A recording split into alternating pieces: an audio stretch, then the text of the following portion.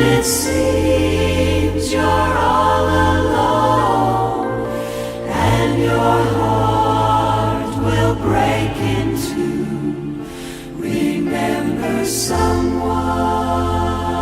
is praying for you.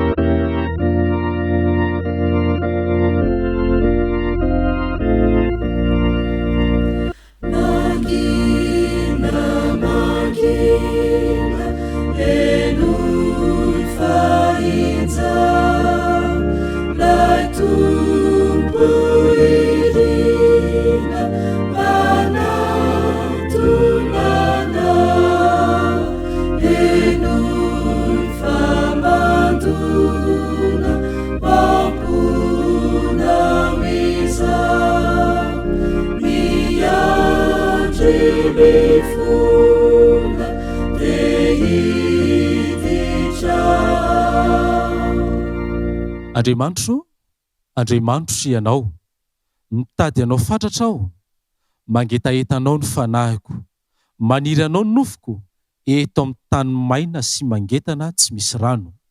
Toy izany no mijereko anao tao amin'ny fitoerana masina, ahitako ny herinao sy ny voninahitrao. Amen.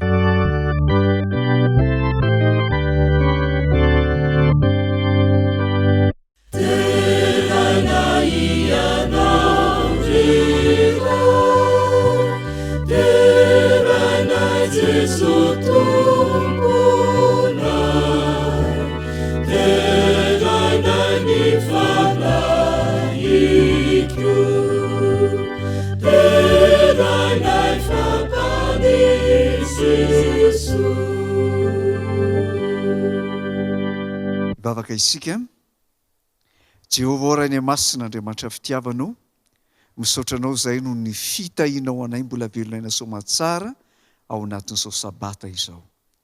Ankehitriny izay ray masonao, ampio mba ahatsapa fa manatrika izao fanompoampivavahana izao ianao. Ka izay tsiraray avy dia ahita amin'ny finoana izany fanatrehanao izany. Azo hery izahay handray fanasitranana, handray famelan-keloka, ahita fifaliana fa amin'izany rehetrarehetra izany dia ho anao rery ihany ny dera sy ny haja ary ny voninahitra. Amin'ny anaran'i Jesosy Kristy Tompo. Amen.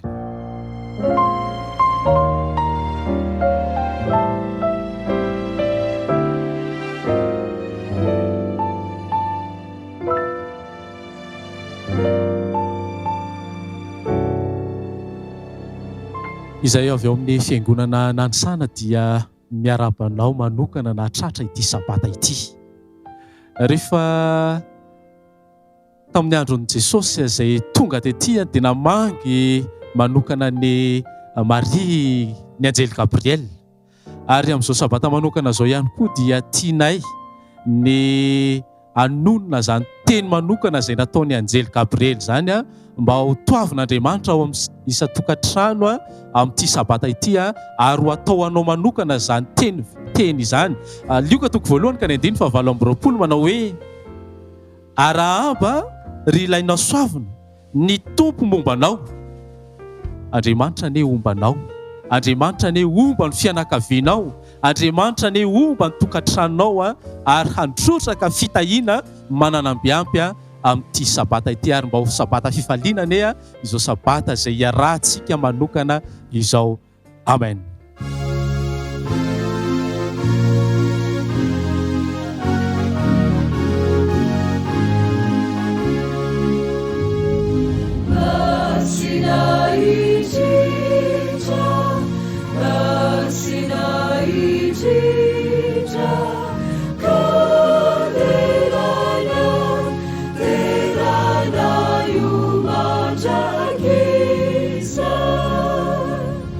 Ni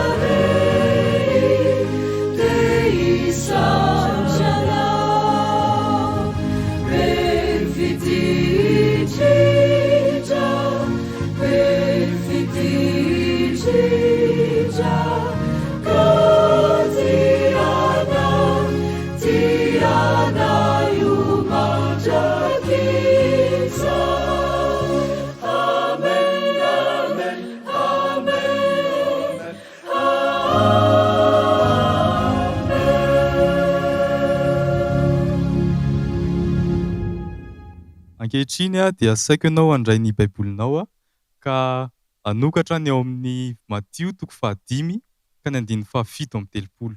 Matio 5 ka ny 7:telopolo. Mivaky toy izao ny teny manao hoe: fa aoka ny teninareo eny, eny, tsia, fa izay mihoatra noho izany dia efa miratsy. Ankehitriny kosa tsika dia araka amadika ny baibolintsika ao amin'ny Isaia 2:20 ka ny 9:20. Isaia 2:20 ka ny 9:20. Mivaky toy izao ihany koa ny teny manao hoe: aza matahotra ianao fa momba anao aho, ary aza mierikerika foana fa izao no Andriamanitra ao, mampahery anao sady mamonjy anao, eny mitantana anao amin'ny tanana ankavanan'ny fahamarinako ao. Amen.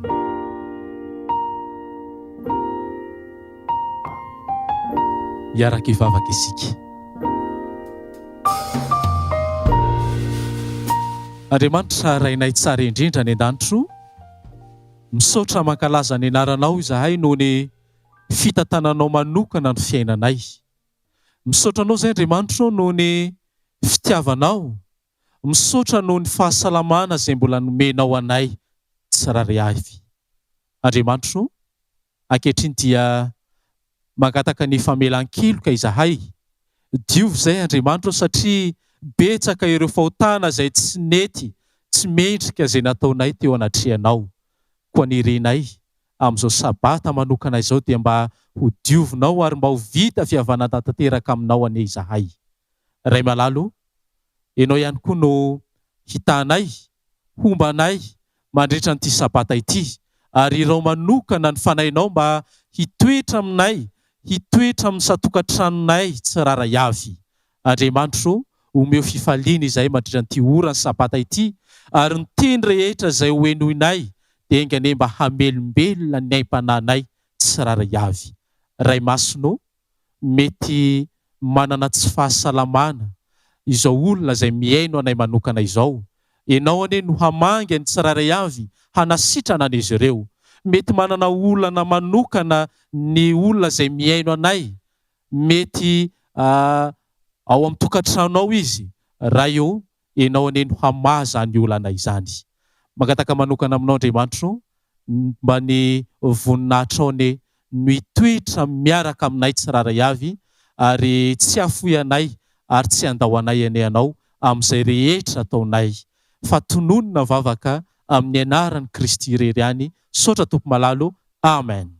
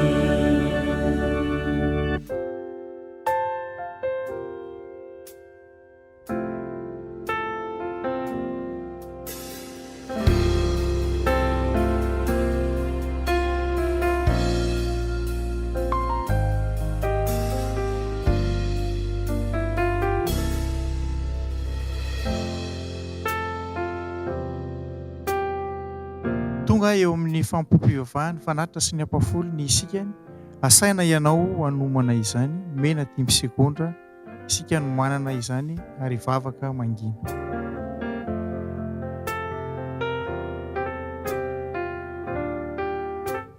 Amen.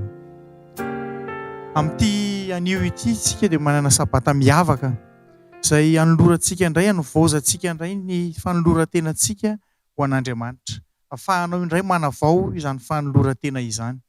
Tantarana tovolahy anankitelo vao navita fianarana ary nanomboka niasa handray vola izy ireo ary nifampiresaka ny amin'ny anaovan'izy ireo ny fanatitra. Nifampiresaka izy ireo hoe ahoana ny fanaovany se ny fanatitra se, ahoana ny fanaovanao ny vola izay azonao. Dia namaly ilay rahalahy anankiray nanao hoe ny any fanatitra dia izao, zaraiko tsy hoahako aloha ny an'Andriamanitra, atokako ny an'Andriamanitra, izay vao ampiasaiko ny anahy. Ary ny ese ahoana?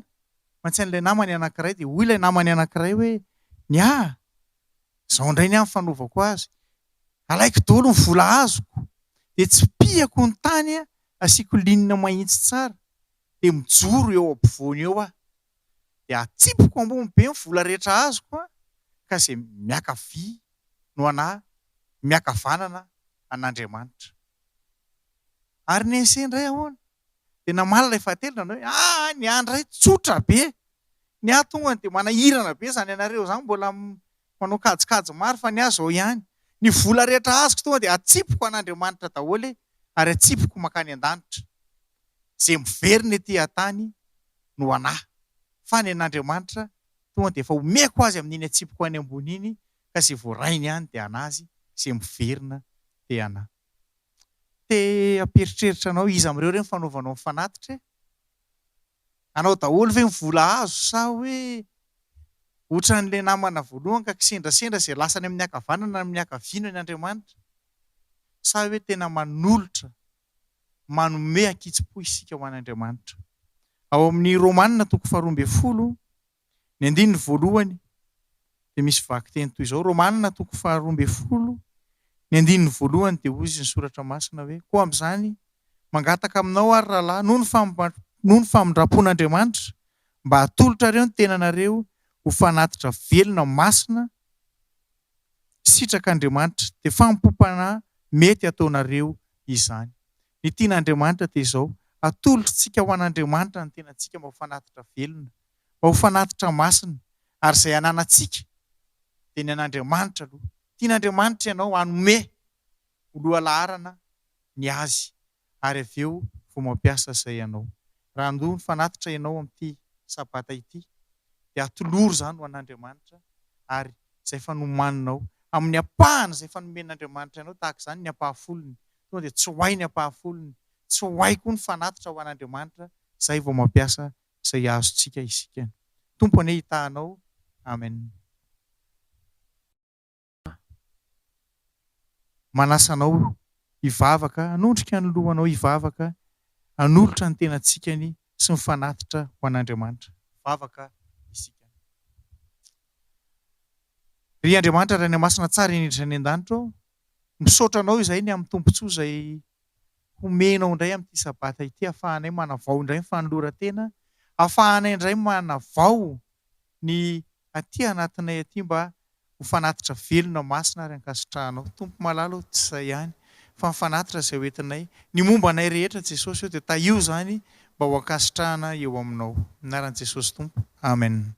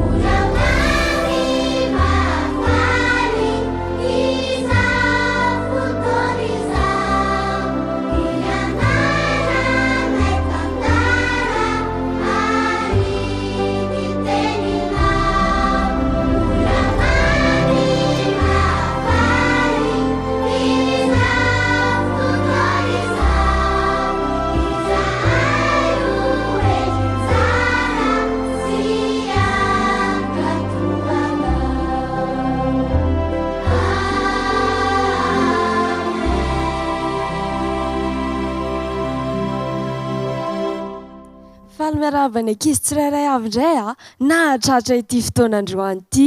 Zao moa fotoana natokana ho antsika ankizy zao dia hieny tantarantsika androany. Ny tantara henoantsika androany dia mitondra ny lohateny hoe mampifaly an-dada. Inona tsara hoe rankizy? Mampifaly an-dada. Tantarana dada anankiray zany no henoantsika androany. Ty dada ty rankizy dia manana zanaka roa lahy. Manana zanaka roa lahy. Dada ao an-trano manana asa be dia be. Rehefa simba ny armoara dia dada manamboatra anazy. Rehefa tapaka ny jiro, main jiro dia dada manolo anazy. Rehefa simba ny pompy dia mbola dada ihany no manolo anazy. Indray andro ary nefa nisy asa be dia be zany nataony dada.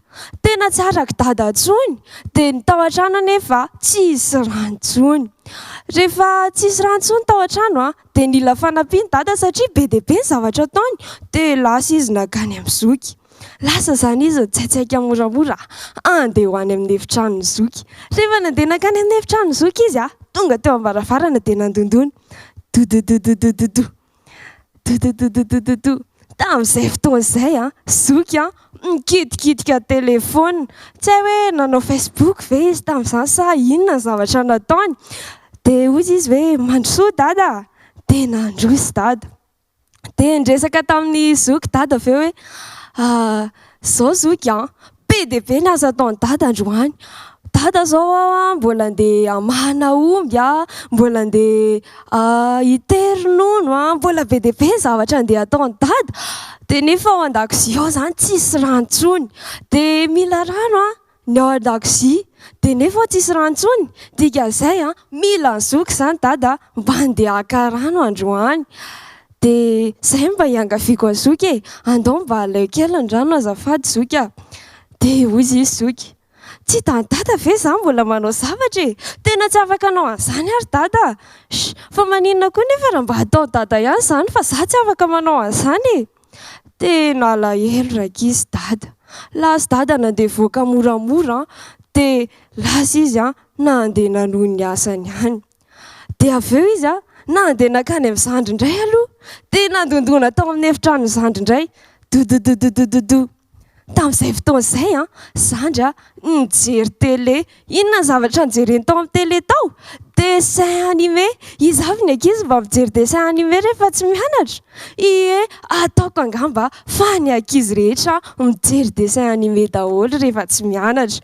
Dia hoy izy dada tamin'izandry hoe afaka mandeha maka rano ve zandry fa dada mbola sahirana be mihitsy. Dia ao an-dakozia ao nefa tsisy ranontsony afaka ampiasaina.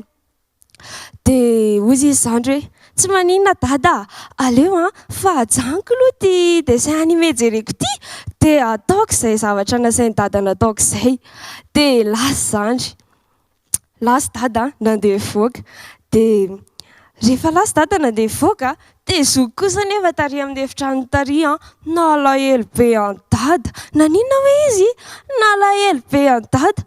Hoy izy hoe andray dia dada indray hoe izany ny andeha haka izany rano izany nefa za tsy manao zavatra akory fa lozako mipetra-potsiny. Dia inona re izany ny ataoko hoe aleo aloha izany dia ho any an-dakozia dia ho any an-dakozia dia jereko raha mbola tsy nalainy dada ilay rano dia andeha alaiko. Dia lasa izy nandeha nakany an-dakozia. Rehefa tonga tany an-dakozia izy dia nijereny mbola tsisy naka ny rano. Lasa nalainy daholo ny bidon ny seau ny fenoiny daholo ny zavatra rehetra izay azo fenoina rano tao an-dakozia. Dia tonga amin'izay ary dada avy niasa. Tonga dada avy any an-tsaha. Lasa izy aloha nijery any zandry tao amin'ny efitrano. Jereny zandry naninona tsy netsika teo amin'ny terany kory, mbola nitohizany ihany ny dessin animé. Dia avy eo lasa dada nandeha nakany an-dakozia sady nalahelo. Andray tsy nataony zandry akory kay zavatra nampanirahako azy. Rehefa tonga tany an-dakozia nefa dada dia nijereny fa efa feno daholo ny saosy ny bidon. Tena faly dada rakizy ary gaga be izy hoe fa iza zany nanao an'ity fa zoky zao tsy nety nandeha.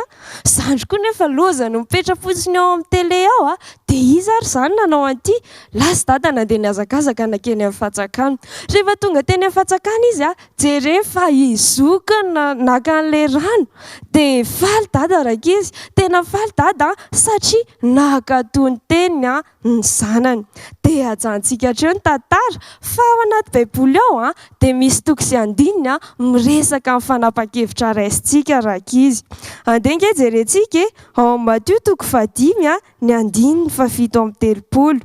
Matthieu toko 5 ny andininy 7-30. Amin'ny anaran'i Jesosy, fa aoka ny teninareo eny, tsy, fa izay mihoatra noho izany dia avy amin'ny ratsy. Avereo cheftaine indray mandeha. Fa aoka ny teninareo eny, tsy, fa izay mihoatra noho izany dia avy amin'ny ratsy.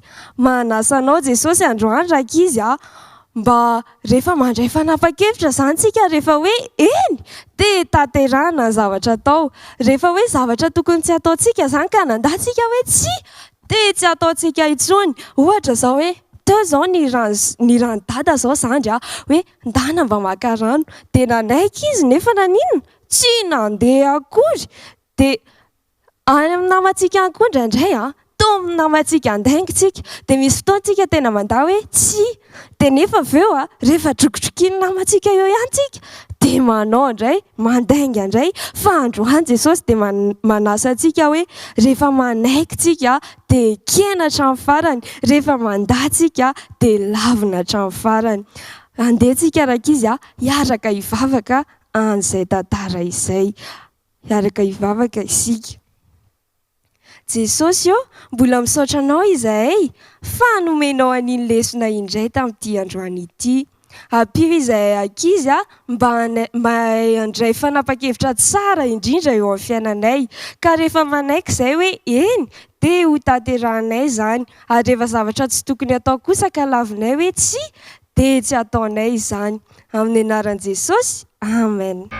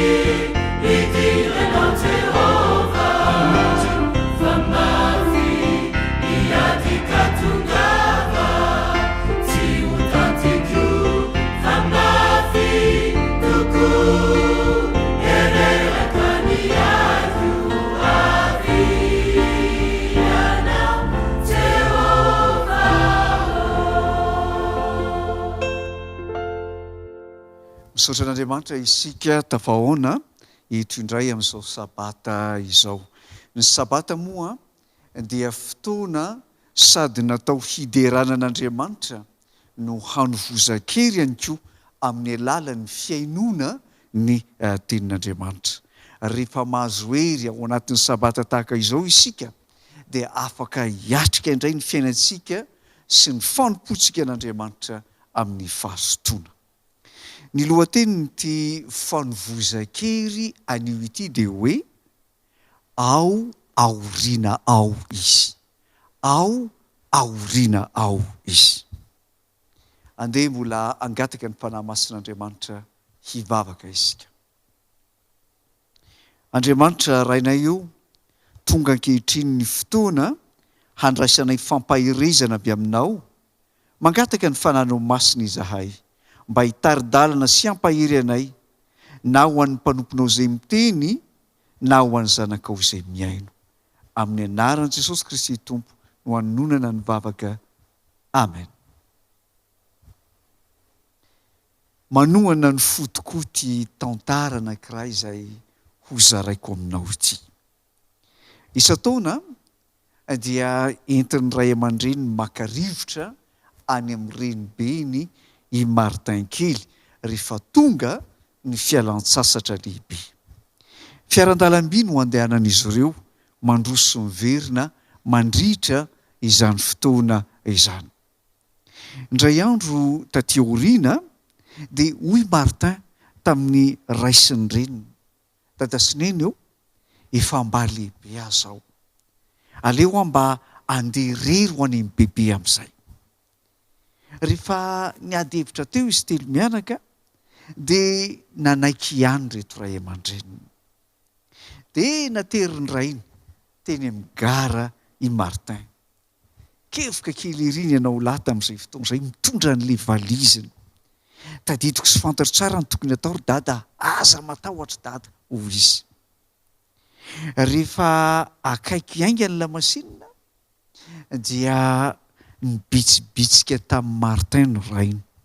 Hoy izy, anaka, raha misy zavatra tsy mampahazo aina anao na mampatahotra anao dia sokafo fa ho anao ty zavatra anankiray ity. Tamin'izay fotoana izay dia nisy zavatra kely nampidirin-drainy tao am-paosiny. Dia lasa ny lamasinina. Samba ny teo amin'ny fiainan'ny Martin kely no nandeha irery tahaka izao izy. Nijerijery azy ny olona, mifamizivezy tao an-dalantsara ny fiara. Gaga ny mpanara-maso mpisava ny tapakilan'ny mpandeha ka lobava hoe fa ahoana koa ty zaza mandeha irery ty? Aiza ny ray aman-dreniny? Nanomboka tamin'izay dia raiky tahotra Martin. Namitsaka teo anjoron-tseza izy no sady nanomboka ny tomany. Tsaroa tampoka nefa tamin'izay fotoana izay ilay zavatra kely nampidirin-drainy tao am-paosiny. Dia nangovitra Martin misintona izany. Ay taratasy kely, karatra kely, misy zao soratra zao ny tao. Misy olana anga? Anaka, aza matahotra, ao amin'ny vagon ao aoriana ato ihany tata. Rehefa malala, izay ilay tantara. Fa andeha akatsika lesona. Lesona roa lehibe no ho alaitsika ao anatin'izany. Ny voalohany, aka lesona momba ny fanabeazana aloha isika. Ry ray aman-dreny, misy tokoa fotoana andefasantsika ny ankizy andeha irery ka ametrahantsika fitokisana amin'izy ireo.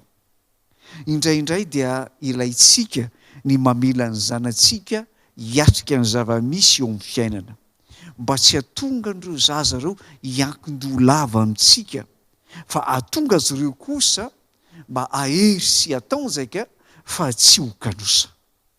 Raha misy zavatra tokony ataon'ny zanatsika ary ho vitany dia avelao hanao izany ny zanatsika.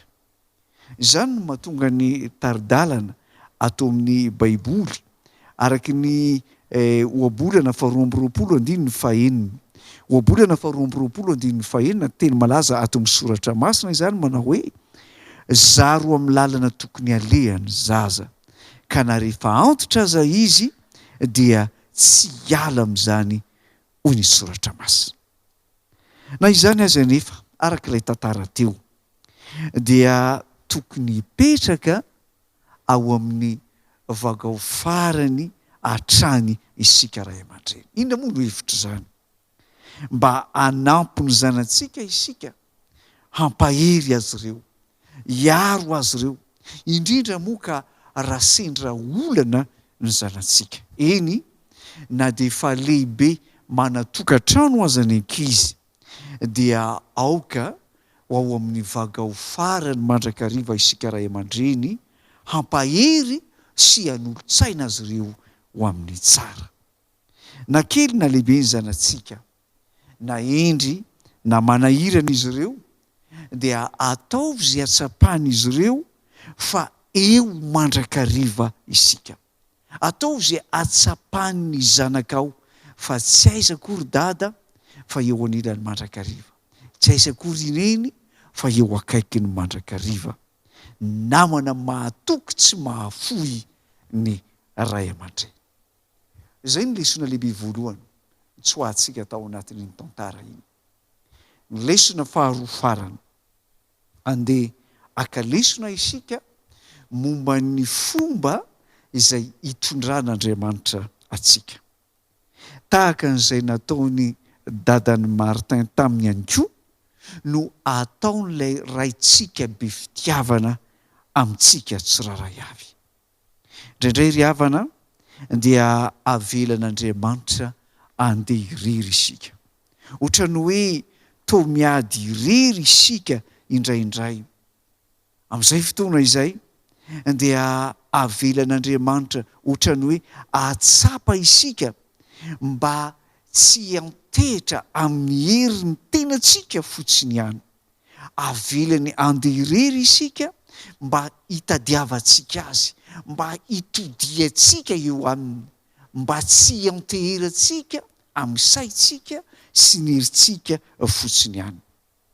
Amin'ny fotoana tena mety mampitebiteby anao indrindra ry havana no tsarovy fa tsy aiza tsikory Andriamanitra fa ao amin'ilay vagao aorianao ihany izy. Inona no ataony ao izy ianao? Mijery, manara-maso, mandinika, mampahery, miaro, miambina anao izy. Izany no ataon'ilay ray be fitiavana. Raha ny marina aza dia izao, tsy ao amin'ilay vagao farany ihany no misy an'Andriamanitra, fa ao anatin'ny loha masinina ihany koa izy. Eo aloha Andriamanitra mitari-dalana. Eo alohanao Andriamanitra mitari-dalana anao. Izao no teny fanomezan-toky omen'ilay ray be fitiavana. Araka ny teny voasoratra ao amin'ny Isaia 40:20 dia ny 10:10. Isaia 40:20, ny 10:10, teny mampahery manao hoe: aza matahotra ianao fa momba anao aho, ary aza mirikerika foana fa izaho no Andriamanitra ao. Mampahery anao aho sady mamonjy anao, eny mitantana anao amin'ny tanana ankavanan'ny fahamarinako aho, hoy Jehova Andriamanitra.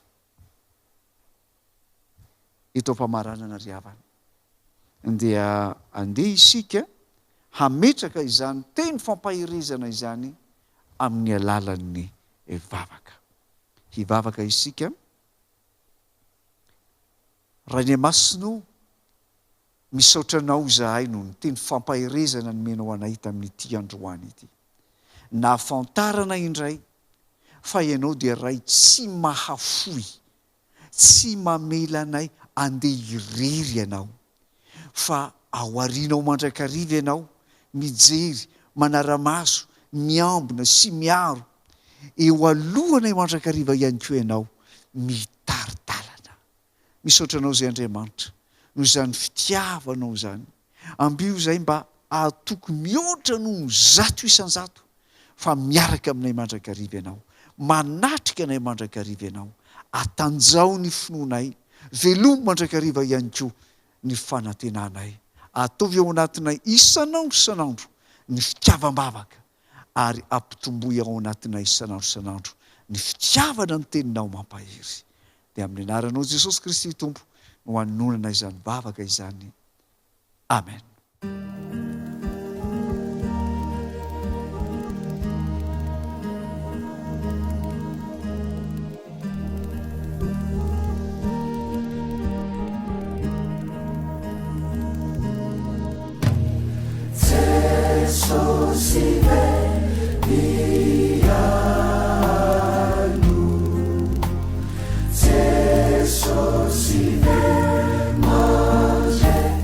Come et amali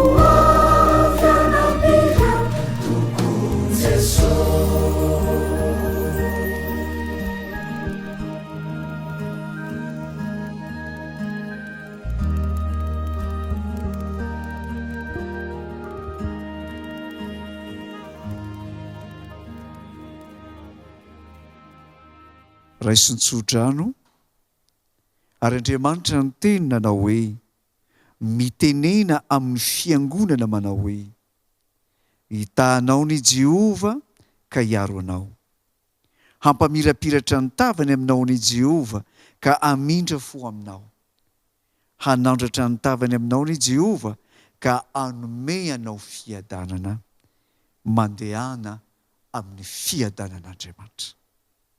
Amen.